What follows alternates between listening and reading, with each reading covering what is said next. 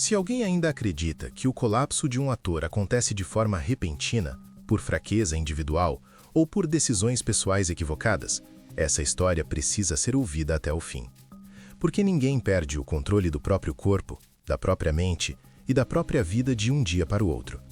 O que aconteceu com Yumen Long não começa com drogas, nem com abuso, nem com silêncio.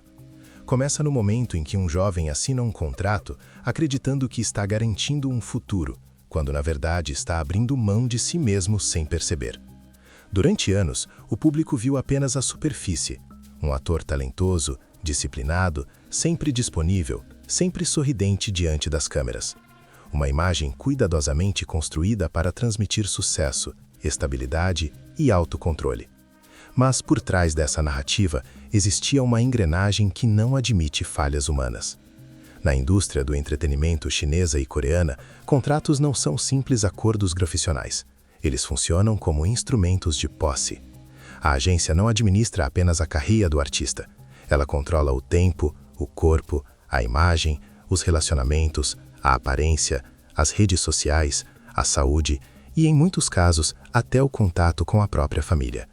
Esses contratos são extensos, complexos e propositalmente confusos.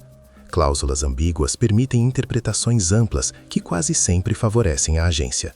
Multas milionárias são aplicadas em caso de descumprimento, mesmo quando o artista está fisicamente exausto ou emocionalmente incapacitado. O tempo contratual pode se estender por anos, às vezes mais de uma década, e qualquer tentativa de rompimento transforma o artista em devedor.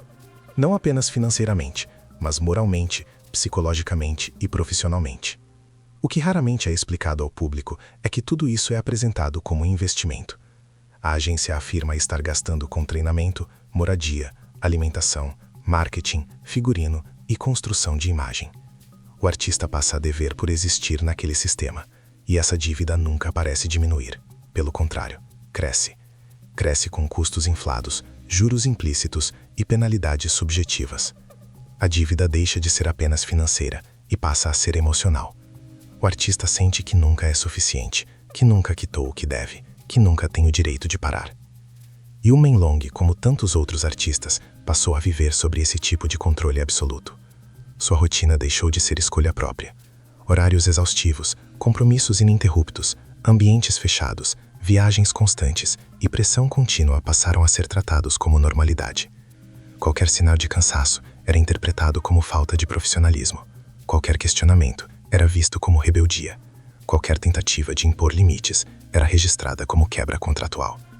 É nesse cenário que entram os chamados tratamentos. Medicamentos apresentados como solução para ansiedade, estresse, insônia, instabilidade emocional ou queda de rendimento começam a fazer parte da rotina, mas não como opção, como exigência. O corpo do artista precisa funcionar, precisa produzir, precisa obedecer. E se isso só for possível com substâncias que alteram percepção, resistência e consciência, elas são administradas sem discussão. Quando alguém está medicado de forma constante, sua capacidade de reagir diminui. A percepção de risco se torna confusa. O senso de limite enfraquece. O medo se mistura com apatia. Isso cria o ambiente ideal para abusos de poder. Não abusos explícitos, escandalosos ou fáceis de provar, mas abusos silenciosos, repetidos, normalizados e protegidos por hierarquias rígidas e contratos que impedem qualquer denúncia. Relatos de bastidores indicam que Yumen Long começou a apresentar mudanças evidentes.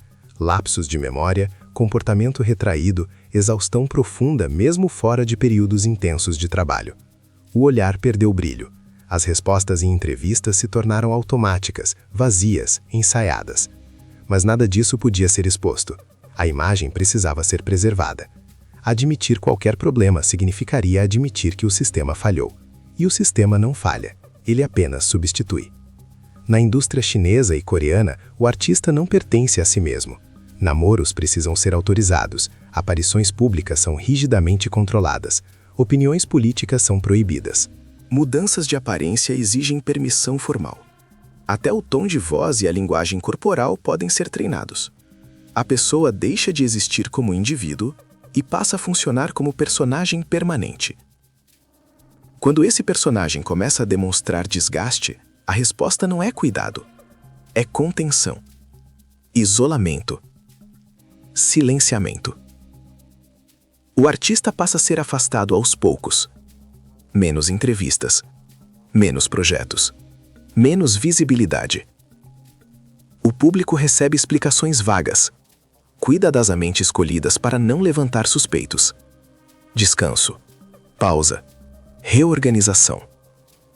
Palavras suaves para encobrir realidades extremamente duras.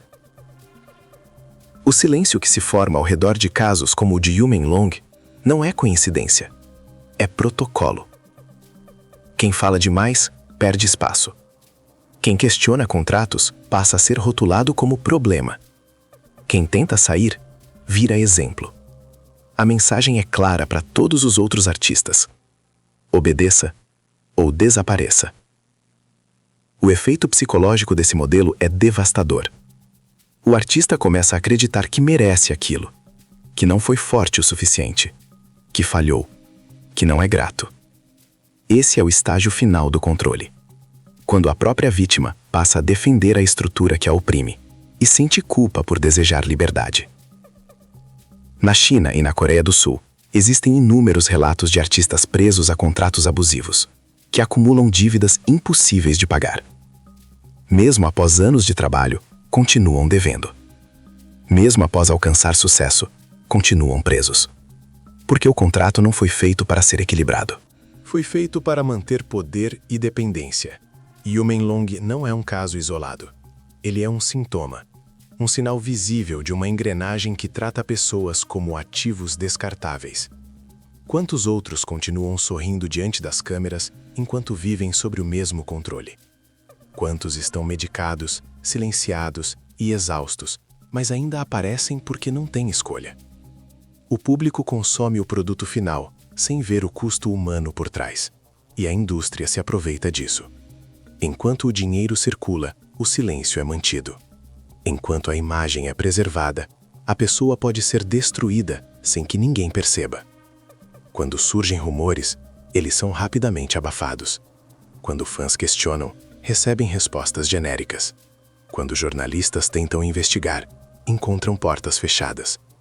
O sistema se protege, porque sabe que se uma história for contada até o fim, muitas outras virão junto. O que quase nunca chega ao conhecimento do público é que esses contratos não terminam quando o artista some das telas. Mesmo afastado, mesmo em silêncio, mesmo sem novos trabalhos, a agência continua detendo o controle sobre o nome, a imagem e o futuro daquela pessoa. Em muitos casos, o artista não pode trabalhar de forma independente, não pode mudar de área e não pode sequer contar a própria história sem autorização. O contrato passa a funcionar como uma prisão invisível. Isso cria um estado permanente de vigilância. Advogados ligados à agência monitoram cada movimento. Qualquer tentativa de reconstrução é interpretada como ameaça. Processos longos e caros são usados como intimidação. O objetivo não é apenas vencer juridicamente, mas esgotar emocionalmente. Ensinar, pelo medo, que resistir não compensa. No caso de Yu Menlong, o desaparecimento gradual não significou liberdade, significou apagamento.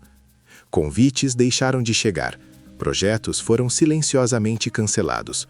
O nome passou a ser evitado, não por falta de talento, mas porque o sistema decidiu que ele não era mais conveniente. Na Coreia do Sul, esse modelo já foi parcialmente exposto no universo do K-pop. Contratos que prendem artistas por mais de 10 anos. Cláusulas que obrigam o pagamento de custos inflados de treinamento e marketing. Dívidas que crescem mesmo quando o artista gera lucro. A lógica é simples e cruel. O artista trabalha para pagar algo que nunca termina de ser pago. Enquanto paga, obedece. Na China, o controle assume uma camada adicional. Além das agências, existe pressão institucional e social. O comportamento do artista precisa estar alinhado não apenas à imagem comercial, mas a expectativas ideológicas rígidas.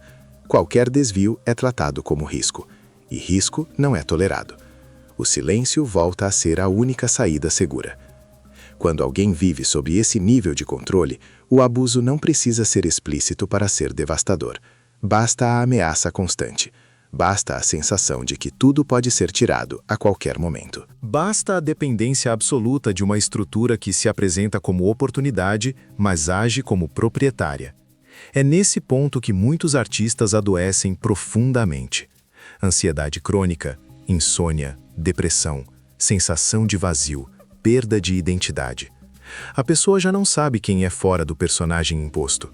E quando tenta recuperar a autonomia, encontra apenas barreiras legais, financeiras e psicológicas. Yu Menlong passou por esse processo de forma lenta e silenciosa. Um esvaziamento interno que antecedeu o desaparecimento público. A indústria prefere colapsos silenciosos a escândalos visíveis.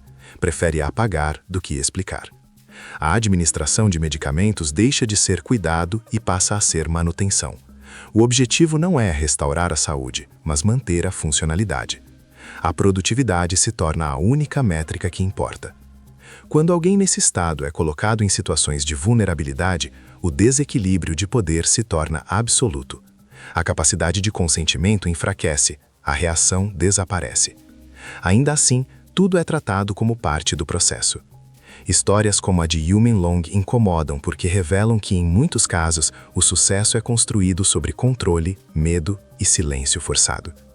A indústria depende da memória curta do público. Um rosto some, outro aparece. Um nome é apagado, outro é promovido. Mas o padrão se repete. Jovens cheios de expectativas. Contratos assinados sem compreensão real. Promessas de sucesso. E depois, controle total. O mais perverso é que o artista só percebe a armadilha quando a saída já não é simples, quando a dívida é grande demais, quando o desgaste é profundo demais, quando o medo já se tornou rotina. Romper esse ciclo exige voz, autonomia, capacidade de dizer não.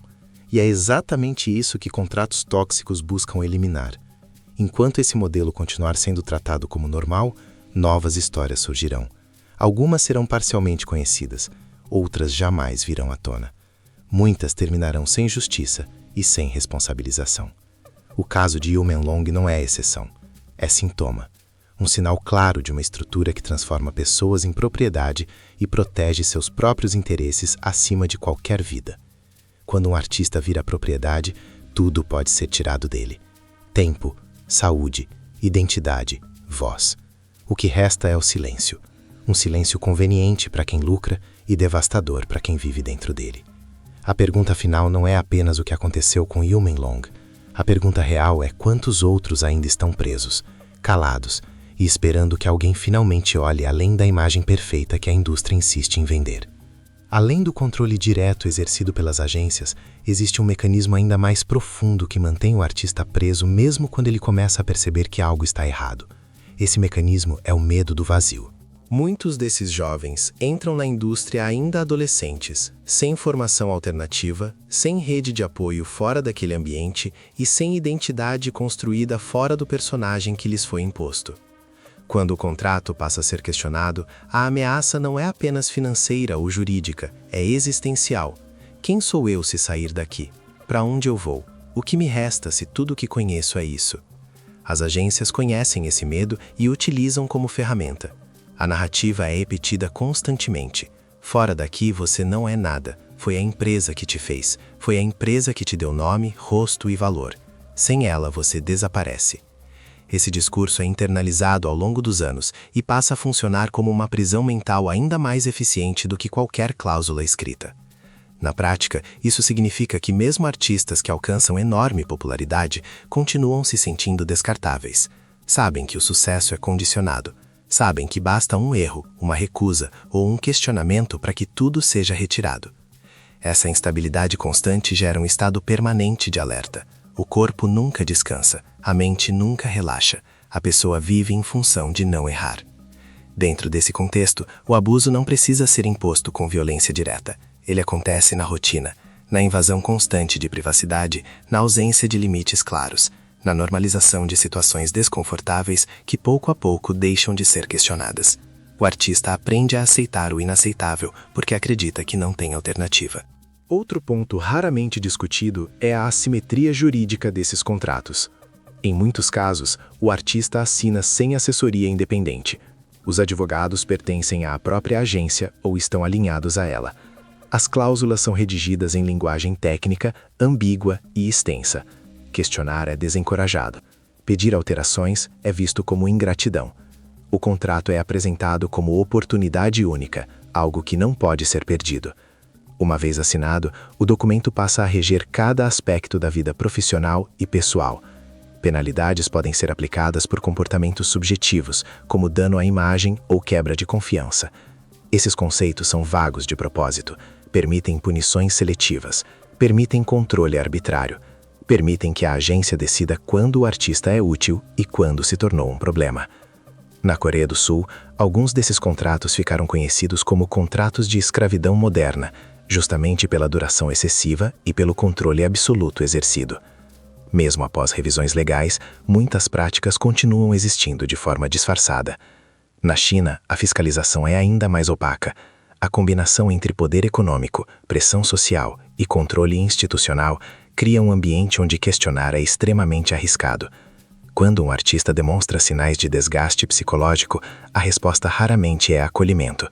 O sistema interpreta isso como falha operacional. Algo precisa ser corrigido para que o produto volte a funcionar. E a correção quase nunca passa por reduzir carga de trabalho ou devolver autonomia. Passa por contenção, medicação, isolamento, substituição gradual. No caso de Yumin Long, esse processo foi silencioso e progressivo. Não houve um anúncio claro de ruptura. Não houve uma explicação honesta. Houve apenas o sumiço. E o sumiço, nesse sistema, é uma forma de punição. É a maneira mais eficaz de apagar alguém sem gerar questionamentos públicos imediatos. O apagamento funciona porque o público é condicionado a consumir novidades. A indústria apresenta novos rostos, novas histórias, novos produtos. O que desapareceu rapidamente é esquecido. Poucos se perguntam o que aconteceu. Poucos investigam. Poucos insistem. Esse comportamento coletivo é parte do que sustenta o sistema. Enquanto isso, o artista afastado enfrenta um vazio profundo, sem agenda, sem reconhecimento, sem renda proporcional ao passado, mas ainda preso a contratos que impedem recomeços. A pessoa não pode falar, não pode trabalhar livremente, não pode expor o que viveu. O silêncio se torna obrigatório, e o silêncio prolongado corrói. Em muitos casos, esse período de afastamento é o mais perigoso. É quando a identidade já foi destruída e a reconstrução ainda é proibida. É quando a pessoa se sente inútil, descartada e culpada. A indústria não acompanha esse momento, ela segue em frente. Para o sistema, aquele indivíduo já cumpriu sua função. Outro aspecto importante é a cultura de comparação constante. Artistas são colocados uns contra os outros. Rankings, números, popularidade e engajamento são usados como forma de pressão. Quem cai, perde valor. Quem questiona, perde apoio. Essa competição contínua impede solidariedade. Cada um luta para sobreviver sozinho. Isso explica por que tão poucos falam. Não é apenas medo da agência, é medo do isolamento completo. É medo de perder qualquer possibilidade futura. É medo de ser lembrado apenas como problema. O silêncio se torna estratégia de sobrevivência. Ao longo dos anos, histórias semelhantes se repetiram em diferentes níveis da indústria asiática. Algumas vieram à tona após tragédias, outras foram parcialmente reveladas em processos judiciais. Muitas nunca chegaram ao público. Mas o padrão é consistente. Controle extremo, contratos abusivos, desgaste psicológico e, por fim, apagamento. Quando se observa o caso de Yumin Long sob essa lente, ele deixa de ser um mistério isolado e passa a ser mais uma peça de um sistema maior. Um sistema que transforma sonhos em ferramentas de controle, que utiliza a ambição como armadilha, que oferece sucesso com uma mão e retira a liberdade com a outra. É importante entender que nada disso depende de indivíduos mal intencionados isoladamente. Trata-se de uma estrutura. Pessoas entram e saem, mas o modelo permanece. Enquanto gerar lucro, será mantido. E enquanto for mantido, continuará produzindo vítimas silenciosas. A discussão sobre contratos tóxicos raramente avança porque envolve interesses poderosos. Agências, investidores, marcas e plataformas lucram com a manutenção desse modelo. Admitir sua crueldade significaria repensar toda a lógica de funcionamento da indústria, algo que poucos estão dispostos a fazer. Por isso, quando um caso chama a atenção, a reação imediata é minimizar, desviar ou silenciar, criar versões alternativas, reduzir tudo a questões pessoais, evitar qualquer análise estrutural. O foco nunca deve ser o sistema, deve ser sempre o indivíduo. Mas olhar apenas para o indivíduo é conveniente, exime responsabilidades, mantém tudo como está e permite que o ciclo continue. Se esse texto parece longo, denso ou desconfortável, é porque ele descreve algo que foi normalizado por tempo demais. A violência estrutural raramente é barulhenta, ela age no cotidiano, nos contratos, nas expectativas, nas pressões invisíveis. O caso de Yu Menglong é um convite a olhar além da superfície, a questionar o preço real do entretenimento que se consome, a perceber que por trás de cada imagem impecável pode existir alguém profundamente esgotado, controlado e silenciado. Enquanto essas histórias continuarem sendo tratadas como exceções ou boatos, nada mudará.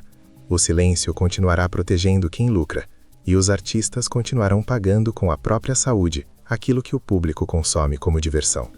A pergunta que permanece não é apenas quantos casos semelhantes ainda existem, mas por quanto tempo esse modelo continuará sendo aceito sem questionamento, porque toda estrutura baseada em controle extremo e desumanização cobra um preço, e esse preço, cedo ou tarde, se torna impossível de esconder.